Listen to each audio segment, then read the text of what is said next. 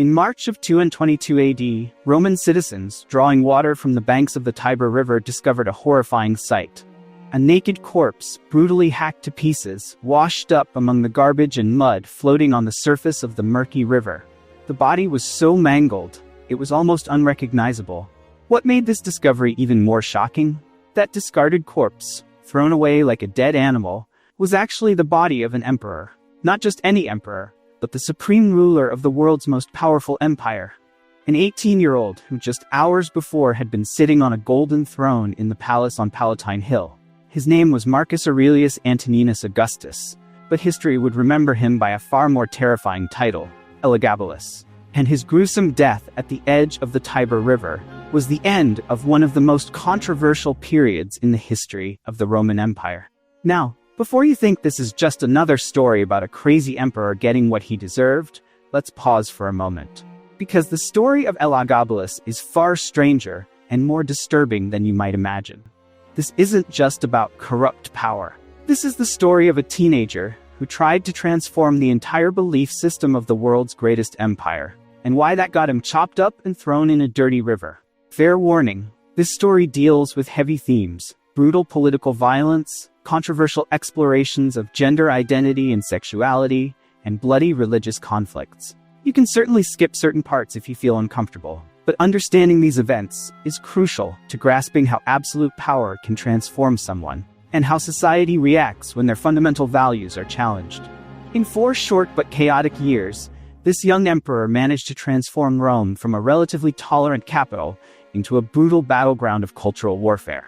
He replaced Jupiter with a Syrian sun god, married a man in the palace, and allegedly asked doctors to change his body into that of a woman. Naturally, it all ended in disaster. There are several deeply troubling questions about Elagabalus. How could a 14-year-old boy from a small city in Syria rise to the pinnacle of world power? Why did Rome, which for centuries had successfully absorbed influences from across the empire, so violently reject this young emperor? And most ironically, was Elagabalus really the sadistic monster described by historians like Cassius Dio and Herodian? Or was he actually a victim of a brutal political system? What most people don't know is that Elagabalus' story actually began long before he was born, rooted in the ambitions of a Syrian aristocratic family that had been planning their grip on Roman power for decades. This is a tale of how forces from the periphery could topple the center of empire, and the price paid when personal identity becomes a political threat. Starting from all this, let's trace the remarkable and tragic journey of a child priest who became emperor of Rome, and then ended up as a nameless corpse. This story really begins in Emesa, a city located in the heart of the Syrian province. Emesa wasn't just any city, it was the center of one of the richest religious cults in the Eastern Territories, the worship of Elagabalus, a sun god personified in the form of a black meteorite stone. The family that controlled this temple weren't ordinary priests. They were Syrian aristocrats with extraordinary wealth, and, most importantly, blood ties to the Severan dynasty. Julia Domna, wife of Emperor Septimius Severus, came from this family, and when Julia Domna died in 217 AD, her sister Julia Maesa suddenly found herself exiled from power. But Julia Maesa wasn't the type of woman to give up easily. At nearly 60 years old, this gray-haired grandmother still had burning political ambitions and a very dangerous plan. She would place one of her grandsons on the throne of Rome. And her first choice fell on Varius Avitus Bassianus, a 14-year-old boy who since childhood had been prepared to become high priest of the god Elagabalus, the child who would become known to the world as Emperor Elagabalus. Understanding Elagabalus' childhood requires acknowledging the limited information in contemporary records about his life before ascending the throne. We know that from a very young age, he had been prepared for an intensely spiritual life. Every day, he performed complex rituals before the sacred black stone, led religious processions, and studied Syrian theology that was very different from Roman tradition. In the world of the Elagabalus cult, he wasn't just a child. He was the living representation of the sun god on earth. This upbringing certainly shaped his personality in unique ways. From childhood, he was accustomed to being the center of attention, used to being treated with extraordinary reverence, and used to believing he had a direct connection to divine power. What he didn't realize was that his grandmother was preparing him not to be a wise spiritual leader, but to be a tool in a very cruel political game. To understand how a 14-year-old priest boy could rise to the throne of the world's most powerful empire, we need to go back to 217 AD and understand one of the most cunning political conspiracies in Roman history. At that time, Rome was ruled by an emperor named Macrinus, a former Praetorian Guard prefect who rose to power after murdering Emperor Caracalla. Macrinus was the first emperor not from the senatorial class, and this fact made him extremely unpopular. But more importantly, he also exiled the Severan family from power. Julia Maesa suddenly found herself forced to return to Emesa. And for a woman who had spent decades at the pinnacle of Roman power, this exile wasn't just an insult. It was a threat to her entire family. The danger Julia Maesa represented wasn't her anger, but her patience. Instead of rebelling openly, she developed a far more cunning strategy. First, she used her enormous wealth to buy the loyalty of legions stationed in Syria. These soldiers were mostly still loyal to the memory of the Severan dynasty, especially since Caracalla was known for being very generous with military bonuses. Second, she created a very clever propaganda narrative. Julia Maesa spread rumors that her grandson, Elagabalus, was actually Caracalla's biological son. This was complete nonsense. Historical records confirm Elagabalus was the son of Sextus Varius Marcellus. But in Rome's intrigue-filled political world, truth was far less important than perception. Third, she exploited Emesa's strategic position as a trading center in the eastern territories. The Temple of Elagabalus wasn't just a place of worship, it was an economic institution that controlled trade routes. This wealth gave Julia Maesa virtually unlimited financial resources.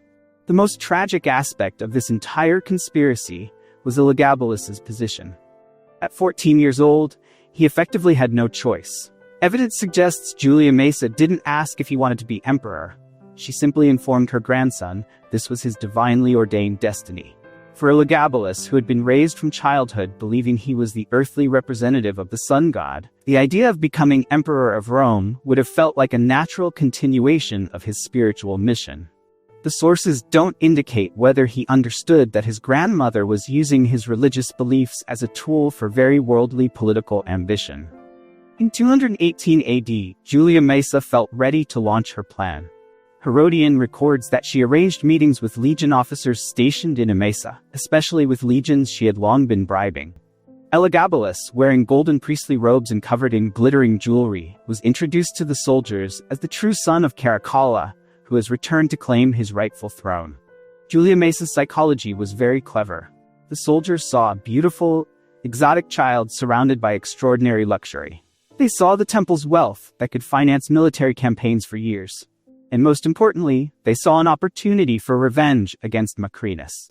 Within hours, most of the soldiers had declared loyalty to Emperor Marcus Aurelius Antoninus, a name deliberately chosen to recall Caracalla. News of the rebellion in Emesa quickly reached Macrinus's ears.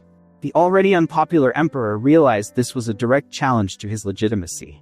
Macrinus immediately sent troops to crush the rebellion, but he made a fatal mistake. He underestimated the power of the combination of money, propaganda, and dynastic nostalgia. The decisive battle took place near Antioch in 218 AD. Cassius Dio records that Elagabalus himself was present on the battlefield, not as a general, of course, but as a spiritual symbol. The soldiers shouted Antoninus, Antoninus, a name that reminded them of the Severan emperors they loved. The result was a crushing victory for Elagabalus's forces. Macrinus was forced to flee and was killed several months later while trying to reach Constantinople. With Macrinus's death, the path to Rome was wide open for the youngest emperor in Roman history. But this victory came at a very steep price, though it wasn't visible at the time. Elagabalus rose to power not through his own political or military abilities, but through family manipulation and propaganda filled with lies. He had no experience in government, didn't understand the complexities of Roman politics, and most dangerously, he completely believed the propaganda about his divine destiny. His later actions suggest that in his young mind, he wasn't just emperor of Rome. He was the sun god who had descended to earth to transform the world. This belief would lead him into conflict with Rome's most fundamental traditions. Because one thing Julia Maesa hadn't calculated in her brilliant conspiracy was a simple question. What happens when a political puppet starts believing he really is a god? The answer, as we'll see, was utter chaos. In the summer of 219 AD, the people of Rome witnessed one of the strangest processions in their city's history.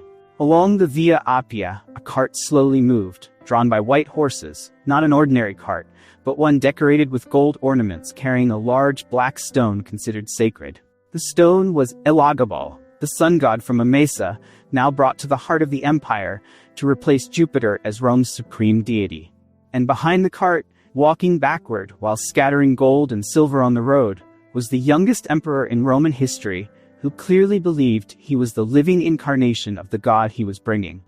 For Roman citizens watching this procession, the sight wasn't just strange, it was an unforgivable desecration of religious traditions that had stood for centuries. Rome's religious system was actually very tolerant of foreign gods. For centuries, Rome had absorbed cults from Egypt, Greece, Persia, and various other regions. Isis, Mithras, even Cybele from Asia Minor, all had places in Rome's complex pantheon. But what Elagabalus did was fundamentally different. He wasn't adding a new god to the existing system. He was trying to replace the entire system with a single cult centered on Elagabalus. Herodian describes how one of Elagabalus's first acts after arriving in Rome was building a magnificent new temple on Palatine Hill, right next to the imperial palace. This temple wasn't just large, it was designed to dwarf the Temple of Jupiter, Optimus Maximus, that had been Rome's religious center for centuries.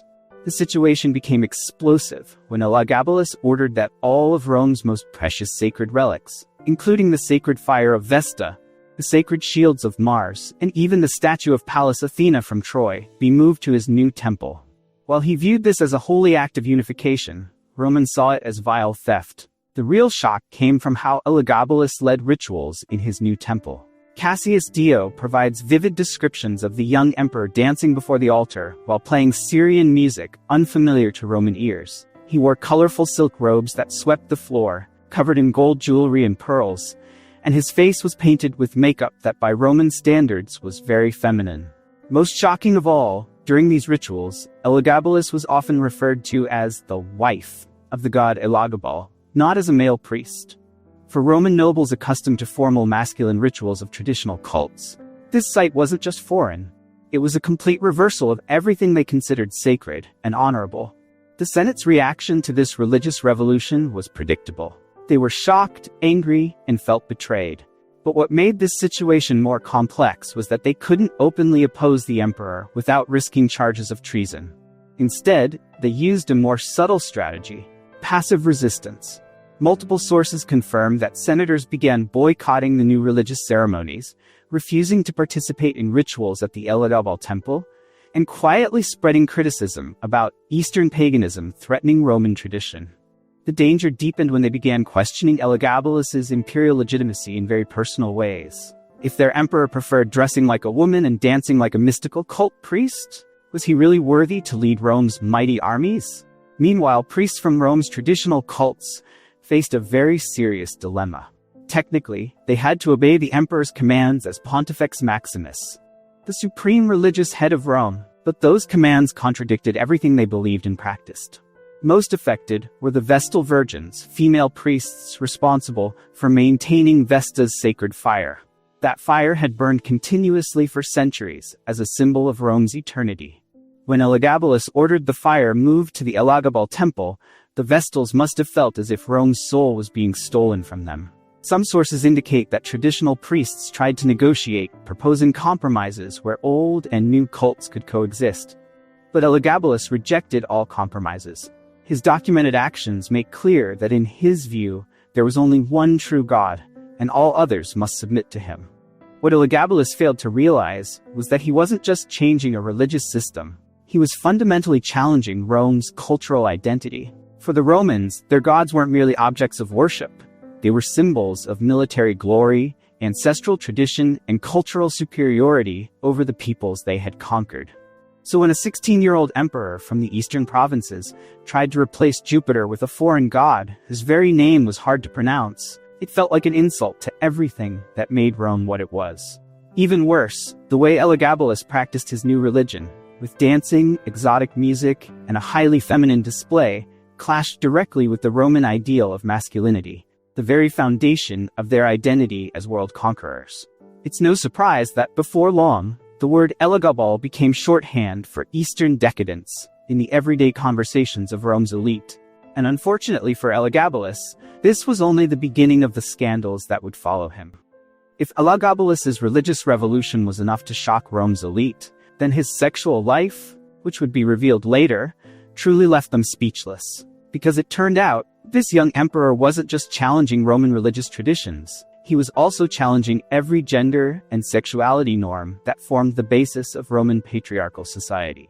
Cassius Dio records that around 220 AD, Elagabalus met a man named Hierocles, a former gladiator and chariot driver who was handsome with a very athletic physique. Under normal circumstances, a relationship between an emperor and a former gladiator might have just been ordinary palace gossip. But what happened next was far from normal. Multiple sources confirm that Elagabalus didn't just make Hierocles his lover, he openly treated this man as his husband and called himself Hierocles' wife. Picture the shock felt by Roman nobles when they learned that their emperor, who traditionally should embody Roman masculinity and strength, was now behaving as a submissive wife to a former gladiator. The situation escalated dramatically when Elagabalus held a formal wedding ceremony with Hierocles in the imperial palace. Herodian's account describes this ceremony being conducted with all the magnificence usually reserved for imperial weddings, complete with processions, grand banquets, and gift-giving to guests. During the ceremony, Elagabalus wore traditional women's clothing, the stola and palla, while Hierocles wore the toga praetexta as the groom. The guests, mostly senators and high Roman nobles, had to witness a spectacle that for them was not only shocking, but insulting. Beyond the ceremony itself, Hierocles was treated with all the honors usually given to an imperial consort. He was given official titles, luxurious palace quarters, and even began getting involved in political decisions. Elagabalus didn't stop there. Various historical sources document that he began expressing a desire to physically become a woman. Cassius Dio specifically notes that the young emperor offered enormous rewards to any doctor who could give him female sexual organs. In the context of the 3rd century AD, this was medically impossible. But Elagabalus's persistent desire to change his body showed something much deeper than mere sexual experimentation. This was likely radical gender identity exploration for his time. Evidence suggests he began dressing exclusively in women's clothing, using elaborate makeup and jewelry, and even hired women to teach him how to walk, talk, and behave more femininely. The relationship with Hierocles wasn't the only sexual scandal in Elagabalus's life. Herodian documents his relationship with another man named Zodicus, who had very large sexual organs and was specially summoned from Smyrna to satisfy the emperor. The palace drama intensified when this relationship made Hierocles jealous, creating a situation involving two male lovers of the emperor competing for his attention. Consider how confused Roman senators must have been having to navigate palace politics, where they had to deal not only with the emperor's wives and concubines, but also with two competing male lovers, who each had significant political influence. Roman society's reaction to their emperor's sexual life was intensely mixed. Among the elite, there was genuine shock and disgust. Masculinity was a fundamental value in Roman culture, and an emperor who openly behaved as a woman in sexual relationships was seen as a threat to social order. The deeper concern was that the emperor's behavior would affect the morals and character of Romans as a whole. If their supreme leader behaved in ways they considered unnatural, what would happen to the traditional values that had made Rome the dominant power in the world? Among ordinary people, the reaction was probably more mixed. Rome was a cosmopolitan city with a very diverse population from across the empire. Sexual practices considered scandalous by the elite might not have been so shocking to people from Eastern cultures that were more tolerant. Elagabalus failed to understand that in the Roman political world, personal identity and political power couldn't be separated. When he chose to live as a woman in his sexual relationships, he wasn't just making a personal choice. He was making a political statement about who deserved to rule and how power should be exercised. For Romans accustomed to emperors like Trajan and Marcus Aurelius, men who radiated masculine authority and military strength, Elagabalus represented everything they feared about moral decay and the feminization of their empire. Ironically, while Elagabalus was busy exploring his identity personally, he didn't realize that every choice he made was digging his own grave politically. Because in a society that defined strength through masculine dominance, an emperor who chose to be a wife was a contradiction that couldn't be tolerated in the long run. If Elagabalus's gender experiments had already made Rome's elite nervous, then the religious practices in his new temple truly horrified them. Because it turned out, the Elagabalus cult that this young emperor brought from Syria didn't just involve strange rituals, but also practices that by Roman standards were very sadistic and dangerous.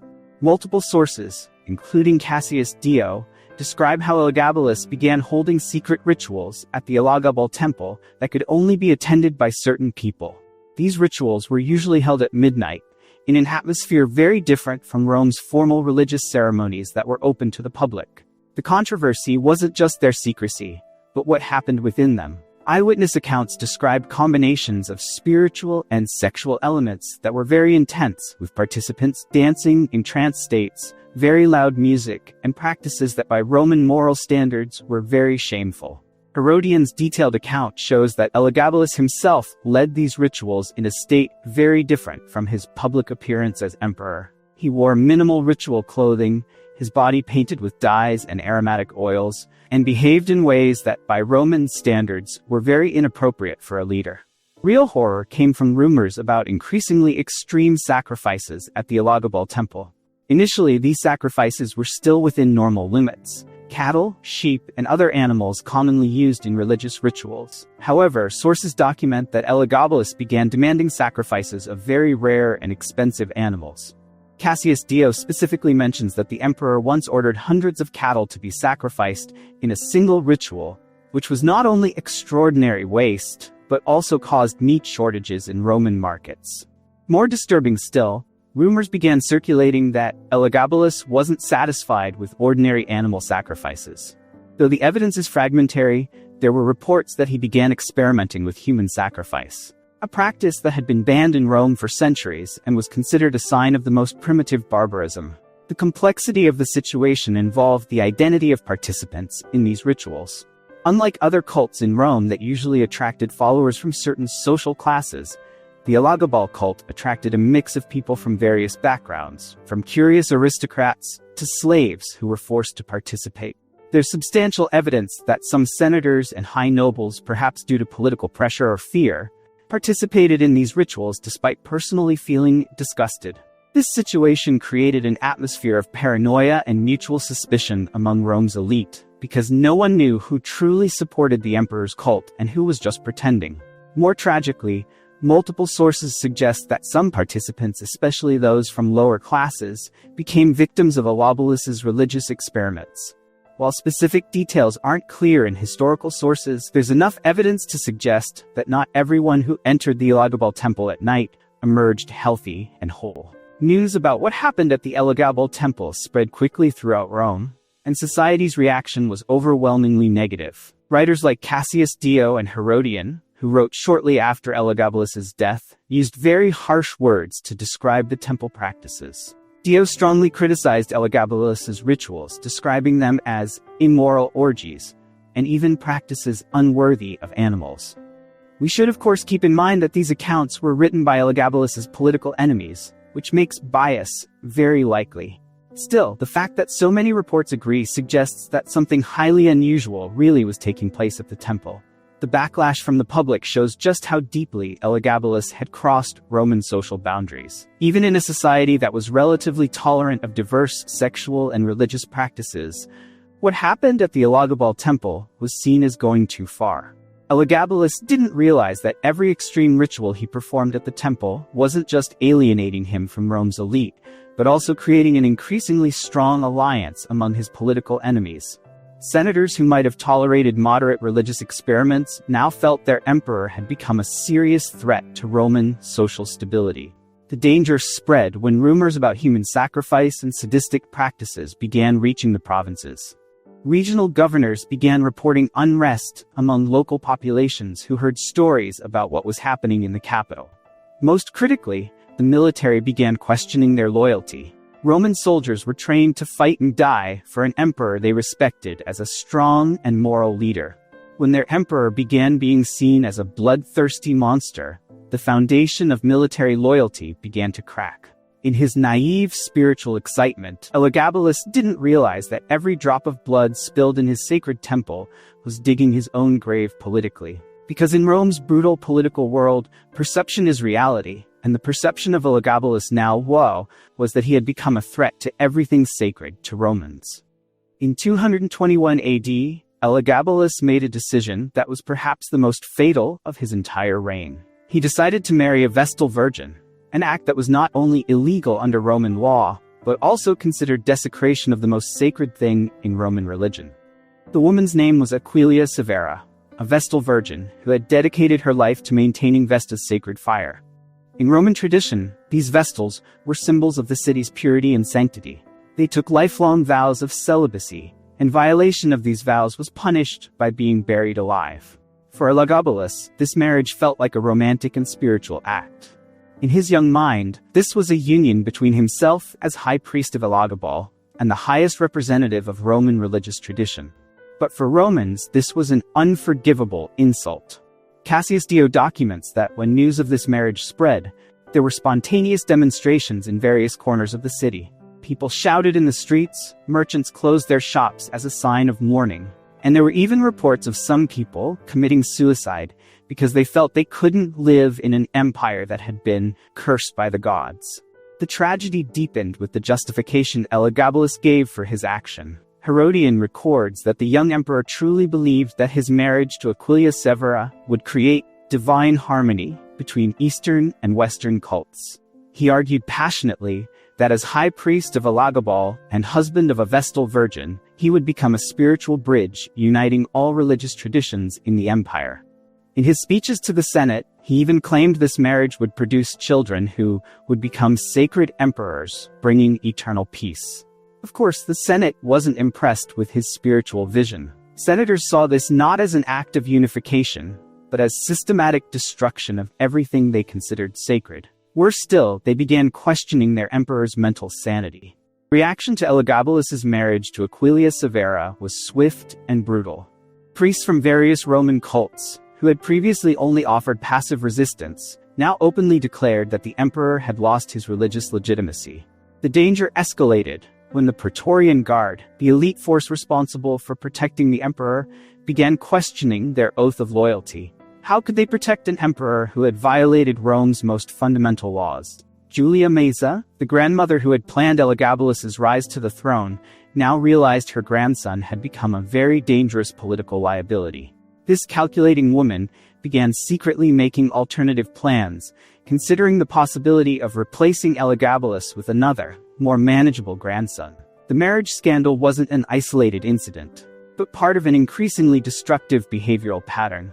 In the following months, Elagabalus made other equally controversial decisions. He ordered that all statues of Roman gods in public temples be replaced with statues of Elagabal. He eliminated several traditional Roman festivals and replaced them with Syrian celebrations strange to most citizens. He even tried to change Rome's calendar to match the religious cycle of sun worship. Each of these actions, in isolation, might have been tolerable, but when combined with his marriage scandal and rumors about extreme rituals in his private temple, they created a picture of an emperor who had lost touch with political reality. This stage, the conflict was no longer just political disagreement. It had become a fundamental culture war between traditional Roman identity and the Eastern vision Elagabalus brought. On one side were Rome's elite who saw themselves as guardians of traditions that had made Rome the world's dominant power. They believed values like disciplina, virtus, and pietas, discipline, courage, and piety, were the foundation of Roman greatness. On the other side were Elagabalus and his inner circle, who believed Rome needed transformation to become a universal spiritual center. In their vision, the empire should become a melting pot of all religious and cultural traditions, with Syrian sun worship as the unifying element. The conflict between these two visions couldn't be resolved through compromise or negotiation. One side had to win, and the other had to lose. And unfortunately for Elagabalus, in Rome's political game, he was already starting to lose all the cards he held. By the end of 221 AD, Elagabalus found himself in an increasingly isolated position. Senators hated him, the Roman people increasingly distrusted him, The military began questioning their loyalty, and even his own family started looking for alternatives. Most tragic of all, Elagabalus, at his still very young age, still believed he was doing the right thing. In his mind, he was a visionary reformer trying to bring spiritual enlightenment to the world. He didn't realize that every step he took was bringing him closer to destruction. Ironically, an emperor who believed himself to be the sun god bringing light to the world was directing himself toward the deepest darkness. And that darkness would come sooner than he imagined. While Elagabalus was busy with his religious and sexual experiments, the most fundamental aspect of empire, daily governance, began falling apart in deeply troubling ways. Because it turned out, being emperor required more than just believing you were the incarnation of the sun god. Herodian documents that Elagabalus very rarely attended important Senate meetings. When there were crucial issues requiring imperial decisions, like budget allocation for the military, trade policies with provinces, or handling regional conflicts, Elagabalus was often completely absent. The situation worsened when he did attend, often arriving dressed very inappropriately for formal contexts. Cassius Dio provides a memorable example of the emperor coming to a Senate meeting wearing a pink silk robe, decorated with gold jewelry, heavy makeup, and perfume so strong it filled the entire room. Senators, already accustomed to strict formality and protocol, didn't know how to react. They couldn't openly criticize the emperor's appearance without risking treason charges, but they also couldn't focus on serious political discussions when their leader looked like anything except a Roman emperor. The government's decay accelerated through how Elagabalus appointed people to important positions. Multiple sources confirm that the young emperor often gave high offices, not based on competence or experience, but based on physical attractiveness or personal familiarity. Hierocles, his main lover, was given positions with significant influence in military decisions, despite his background as only a chariot driver. Several other attractive young men were given positions in financial administration or diplomacy without any qualifications whatsoever. Adding to the absurdity, there are reports that Elagabalus once considered appointing his horse to the position of consul, an act that would have repeated Caligula's folly and shown how far he had lost touch with political reality. While the administrative system was falling apart, state finances also began experiencing serious problems. Elagabalus spent enormous amounts of money on his religious rituals, building new temples, and an extremely luxurious lifestyle. Cassius Dio records that the emperor once spent the equivalent of the annual military budget on just one 3-day religious festival. He also built several new private palaces filled with impractical luxuries, including swimming pools filled with rose water and dining rooms with floors made of gold mosaics. Compounding the financial crisis, to finance his wasteful lifestyle, Elagabalus began raising taxes and cutting budgets for important public infrastructure. Roads began going unmaintained, the clean water system experienced problems, and even grain supplies for the poor began being disrupted. Perhaps Elagabalus's most fatal mistake was his indifference to the military. In Roman society, emperors were expected to be competent commanders-in-chief who understood military strategy and could lead troops in crisis situations. But Elagabalus had absolutely no interest in the military aspects of empire. He rarely visited military camps, never led military campaigns, and didn't even attend traditional military parades held to display Roman strength. The situation deteriorated further when he began ignoring reports from the borders about security threats. Intelligence indicated that German tribes in the north were beginning more aggressive raids, and the situation on the eastern border with Persia was also heating up. But Elagabalus was more interested in preparing religious rituals than defense strategies. Experienced administrators in Roman government began getting frustrated with this situation. They had spent their careers building efficient bureaucratic systems, and now they watched those systems crumble due to their superiors' indifference and incompetence. The crisis deepened when some senior administrators began making important decisions without consulting the emperor, simply because they couldn't rely on him to provide sensible guidance. Others began quietly coordinating with senators to find ways to address problems Elagabalus ignored. This situation created a dangerous power vacuum at the empire's center.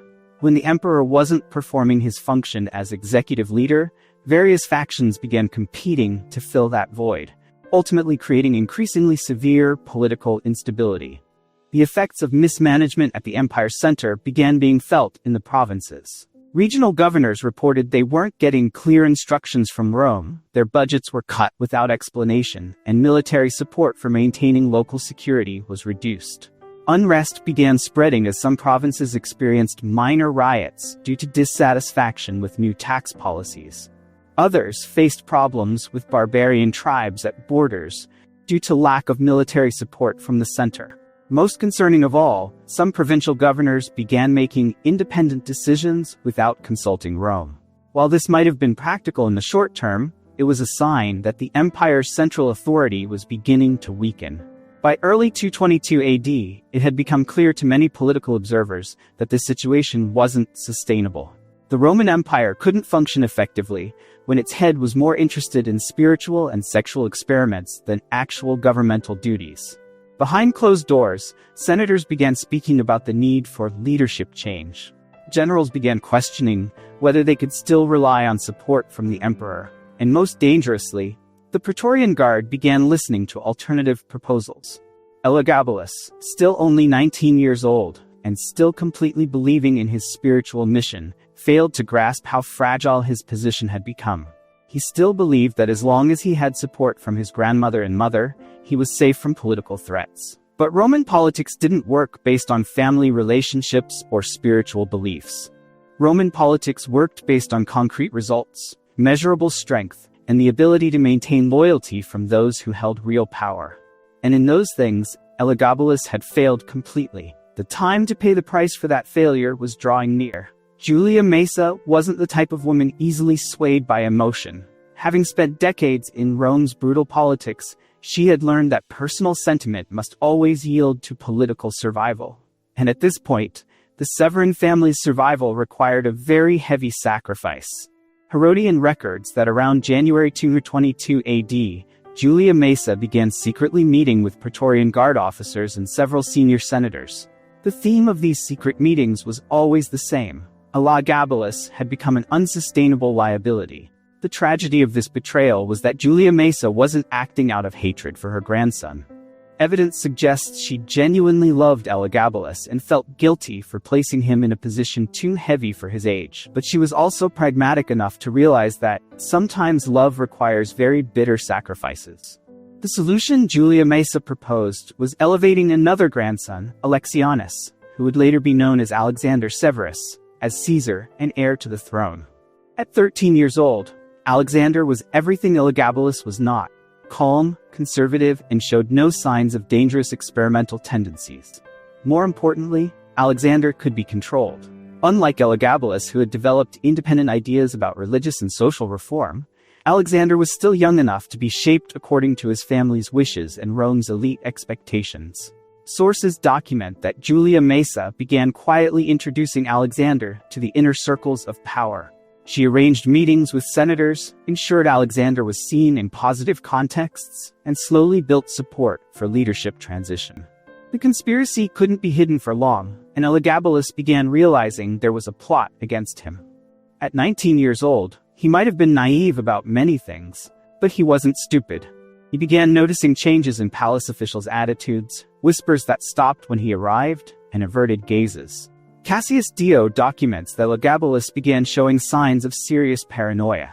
He became suspicious of his closest associates, including his own mother, Julia Soemius. He started replacing personal guards with people he considered more loyal, and even considered punishing several senators he suspected of conspiring against him. Most heartbreaking was when Elagabalus began realizing his grandmother, the woman who had made him emperor, was now planning his downfall. For a young man who had lost his father early, and considered Julia Maesa the main authority figure in his life, this betrayal must have been emotionally devastating. In February 222 AD, tension within the imperial family reached its peak. Sources suggest there was a direct confrontation between Elagabalus and Julia Maesa, where the young emperor accused his grandmother of betrayal and threatened to punish her. But Julia Maesa wasn't a woman easily intimidated. She calmly explained to her grandson that the decision to elevate Alexander as Caesar was for the good of the entire family. She argued that having an heir acceptable to Rome's elite would make the Severan dynasty's position more stable. Elagabalus rejected this argument completely. From his perspective, Alexander's elevation wasn't about political stability. It was a betrayal of his spiritual mission to transform Rome. He believed his family didn't understand the importance of the religious reforms he was conducting. Both sides had valid points. Julia Maesa was right that Elagabalus had become a dangerous political liability. But Elagabalus was also right that his family was betraying the vision they themselves had supported when elevating him to the throne. While this family drama unfolded, Julia Maesa continued working behind the scenes to build a coalition against Elagabalus. She coordinated with Casperius Aelianus, the Praetorian Guard prefect, to ensure the power transition could be conducted smoothly. Her maneuvering succeeded because by this point, almost everyone with real power in Rome was ready for change. Senators were fed up with Elagabalus's scandals, administrators were frustrated with governmental mismanagement, and soldiers had lost respect for an emperor who never led them in battle. Alexander Severus, as an alternative, offered the fresh start everyone needed. He was young, not yet contaminated with scandal, and most importantly, he represented a return to traditional Roman values that had eroded during Elagabalus's reign. By early March 222 AD, Elagabalus must have realized his position couldn't be maintained. He had lost support from family, military, senate, and people. Even his lovers like Hierocles began keeping their distance, realizing that association with a fallen emperor could be dangerous for them. Most tragically, Elagabalus, at his still very young age, may have finally begun questioning the beliefs that had driven his entire life. Was he really the incarnation of the sun god? Was his spiritual mission really from divine inspiration, or just the delusion of a teenager given too much power too young? These questions would never get answers, because Elagabalus's time for contemplation was almost over. The conspirators were ready to act, and the youngest emperor in Roman history was entering the final days of his short and tragic life. Ironically, a young man who believed himself to be the sun god, who would bring enlightenment to the world, was now heading toward the deepest darkness. Not just death, but erasure from history, that would make it as if he had never existed. On the morning of March 11th, 222 AD, Elagabalus woke with extraordinary anxiety. For several days, he had felt an increasingly suffocating atmosphere in the palace. Guards looked at him differently, servants whispered when they thought he wasn't listening, and even his mother, Julia Soaemias, seemed tense and avoided eye contact. Herodian's account begins with a routine meeting between Elagabalus and several Praetorian Guard officers. The discussion topic was supposed to be preparations for an upcoming religious festival, but the atmosphere in the room felt dangerously tense. During the meeting, Elagabalus began noticing that the officers were exchanging glances suspiciously. When he asked about some technical details of the festival, the answers he received felt half-hearted and evasive. His instincts, already sharpened by weeks of paranoia, began sounding alarms. The situation became more ominous when Alexander Severus suddenly appeared at the palace that morning with a fairly large entourage. When Elagabalus asked why his cousin had come without prior notice, he received vague responses about urgent family business. Around 10 a.m., Elagabalus finally realized something was very wrong. He noticed that Julia Maesa wasn't at the palace, something very unusual since his grandmother was always there to provide guidance for important decisions. When he tried to contact some guards who were usually loyal to him, he got evasive responses or no response at all. Servants who usually attended to him with great care now looked nervous and avoided eye contact. Most alarming was that Hierocles, his main lover who was usually always near him, suddenly couldn't be found. When Elagabalus asked about Hierocles' whereabouts, he received only vague explanations about the man handling business elsewhere. Cassius Dio records that around 11 a.m., Elagabalus tried to leave the palace quietly. He may have planned to go to the Elagabal temple where he felt safer, or perhaps even try to flee Rome entirely. But when he tried to exit the palace, he discovered all exits heavily guarded by Praetorian guards he didn't recognize. When he asked for the reason, he was told this was routine security measures. But from the way the guards looked at him, Elagabalus realized he wasn't being protected. He was being detained. Panic took over. Elagabalus realized he was in very serious danger, and the people who were supposed to protect him were now his greatest threat. In desperation, Elagabalus decided to hide in one of the private toilets in the palace. a small room he thought wouldn't be searched by the conspirators. Along with his mother, Julia Soaemias, he entered the narrow room and tried to think about what to do next. The tragic irony was overwhelming. An emperor who had once believed himself to be the sun god ruling the world was now hiding in fear in a toilet like a common criminal. The absurdity of the situation couldn't have escaped his notice. But at that moment, survival was more important than dignity. Julia Soaemias, who had supported all her son's decisions despite them often being controversial, now must have realized that their family's political ambitions had reached a very bitter dead end. But as a mother, she remained by her son's side in his final moments. The Praetorian Guards, led by Casperius Aelianus, didn't need long to find Elagabalus's hiding place. Herodian describes how they methodically checked every room in the palace until they heard whispering sounds from the toilet direction. When the toilet door was forced open, the guards found Elagabalus and Julia Soaemias embracing in fear. This moment was perhaps the most vulnerable in Elagabalus's entire life. No more imperial regalia, no more spiritual aura, just an 18-year-old terrified with his mother.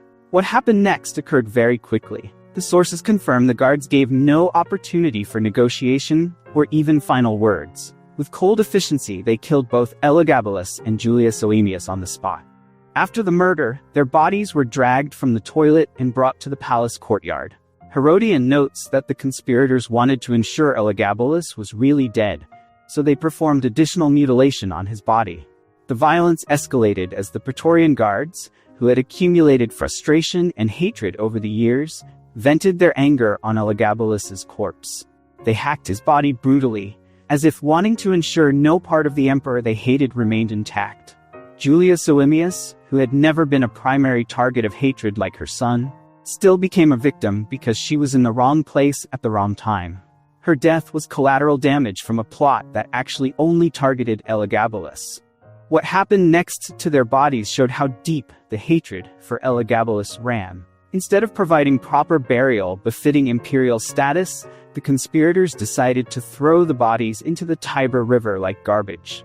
Cassius Dio documents that Elagabalus's body was dragged through Rome's streets before being thrown in the river, giving citizens a chance to vent their frustrations. Some spat on his corpse, others threw stones, and some shouted curses. This spectacle provided satisfaction to those who felt betrayed by the young emperor. But from a historical perspective, this was a very tragic end for a young man who may have only wanted to bring positive change to the world, albeit in very naive and destructive ways. Almost immediately after Elagabalus's death, the Roman Senate took a step that rarely occurred in imperial history. They officially decided to erase the dead emperor's name and memory from all public records. This action, known as damnatio memoriae, was the heaviest form of posthumous punishment in Roman culture.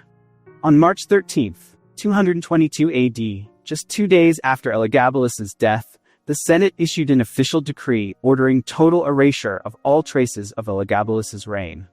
This wasn't just about changing names or altering some statues. This was a systematic attempt to make it as if Elagabalus had never existed. First, all statues and reliefs depicting Elagabalus had to be destroyed or altered to depict other emperors. Sculptors and artists were employed to change faces on statues to those of Alexander Severus or previous, more popular emperors.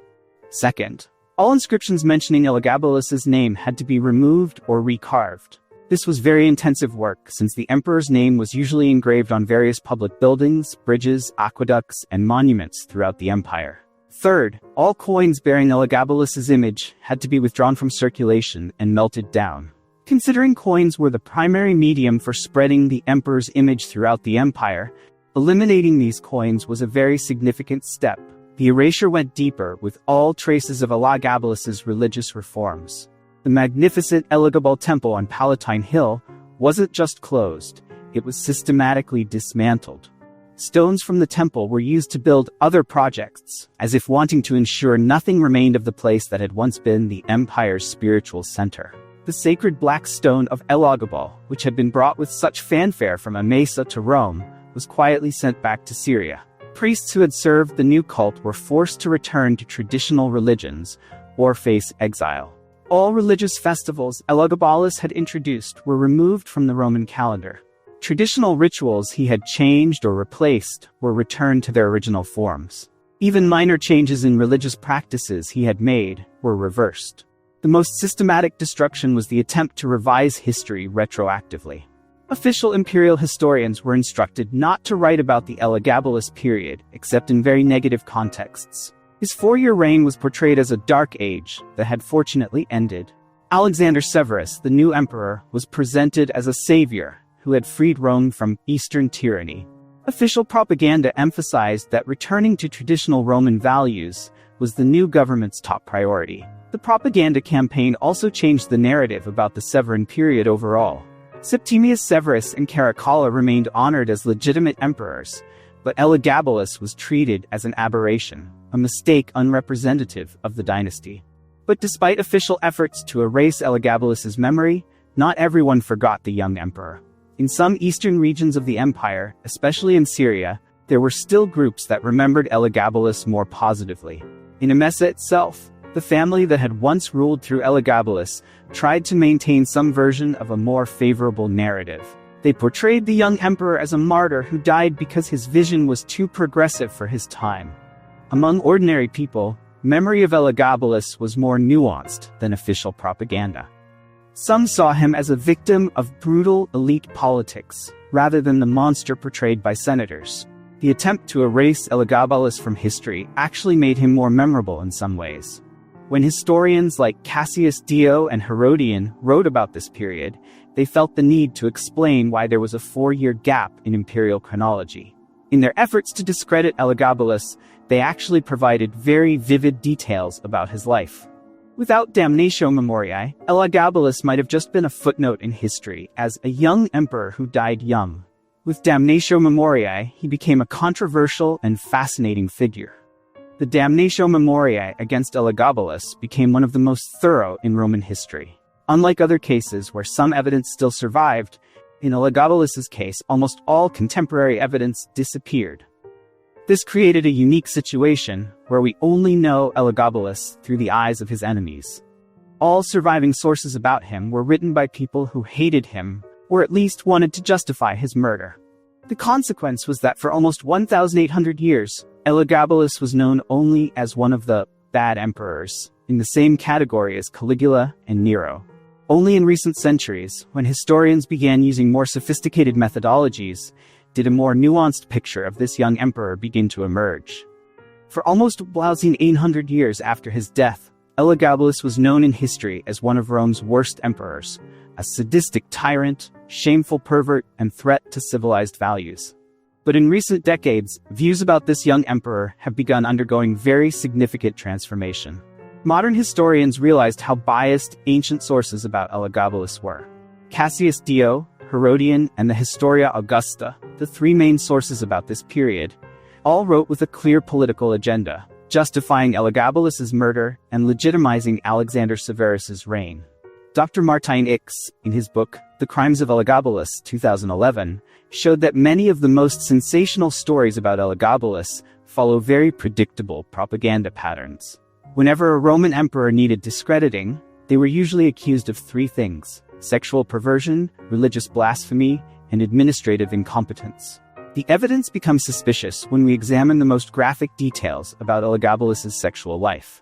They are often contradictory, or logically impossible. For example, Cassius Dio claims Elagabalus married several different men simultaneously, which doesn't make sense even in the most liberal context. In the late 20th century, historians began using gender studies and queer theory lenses to reanalyze Elagabalus's story. They discovered that much behavior described as perverted or insane by ancient sources could actually be interpreted as very advanced gender identity exploration for his time.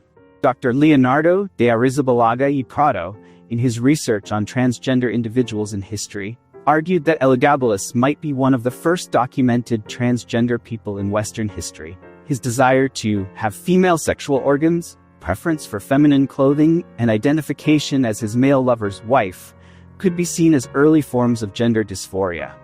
This perspective doesn't attempt to modernize Elagabalus or project contemporary concepts onto the past.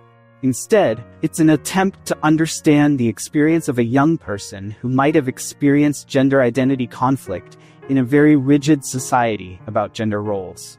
Religious historians also began seeing Elagabalus's religious reforms with different eyes. Instead of decadent paganism, scholars now recognize his attempt to create a universal cult as an early attempt at religious syncretism that was actually quite sophisticated.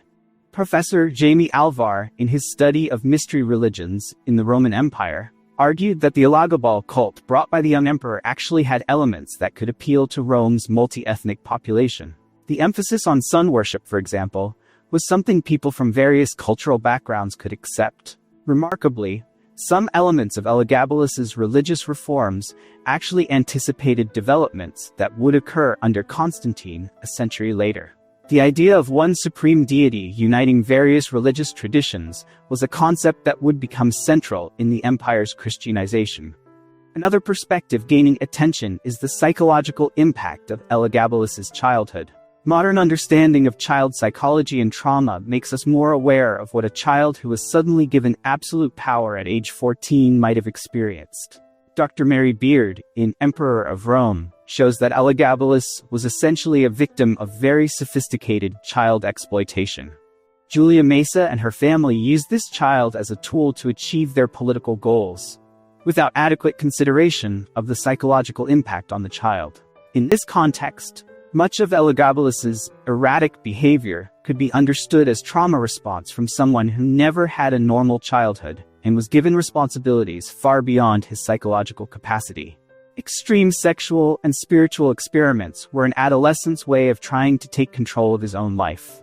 Post-colonial analysis also revealed racist and xenophobic dimensions in how Elagabalus was portrayed in ancient sources. As an emperor from the East, he was subjected to very familiar stereotypes about Oriental decadence and Eastern effeminacy. Propaganda against Elagabalus used the same tropes Rome used to discredit Eastern enemies. They were soft, feminine, perverted, and religiously fanatic. This was an early example of Orientalism that would become a Western pattern for centuries. The xenophobic element in how ancient sources portrayed Elagabalus's Syrian heritage as something inherently incompatible with Roman values ignores the fact that by the 3rd century AD, Roman identity was already far more multicultural and inclusive than suggested by anti-Elagabalus propaganda. In the 21st century, Elagabalus has begun becoming a symbol for various contemporary struggles. LGBTQ+ activists see him as an early martyr for gender freedom. Anti-establishment groups see him as an example of a young person who tried to challenge a corrupt system and was killed for the threat he represented. Growing appreciation exists for him as an early example of religious tolerance and multiculturalism.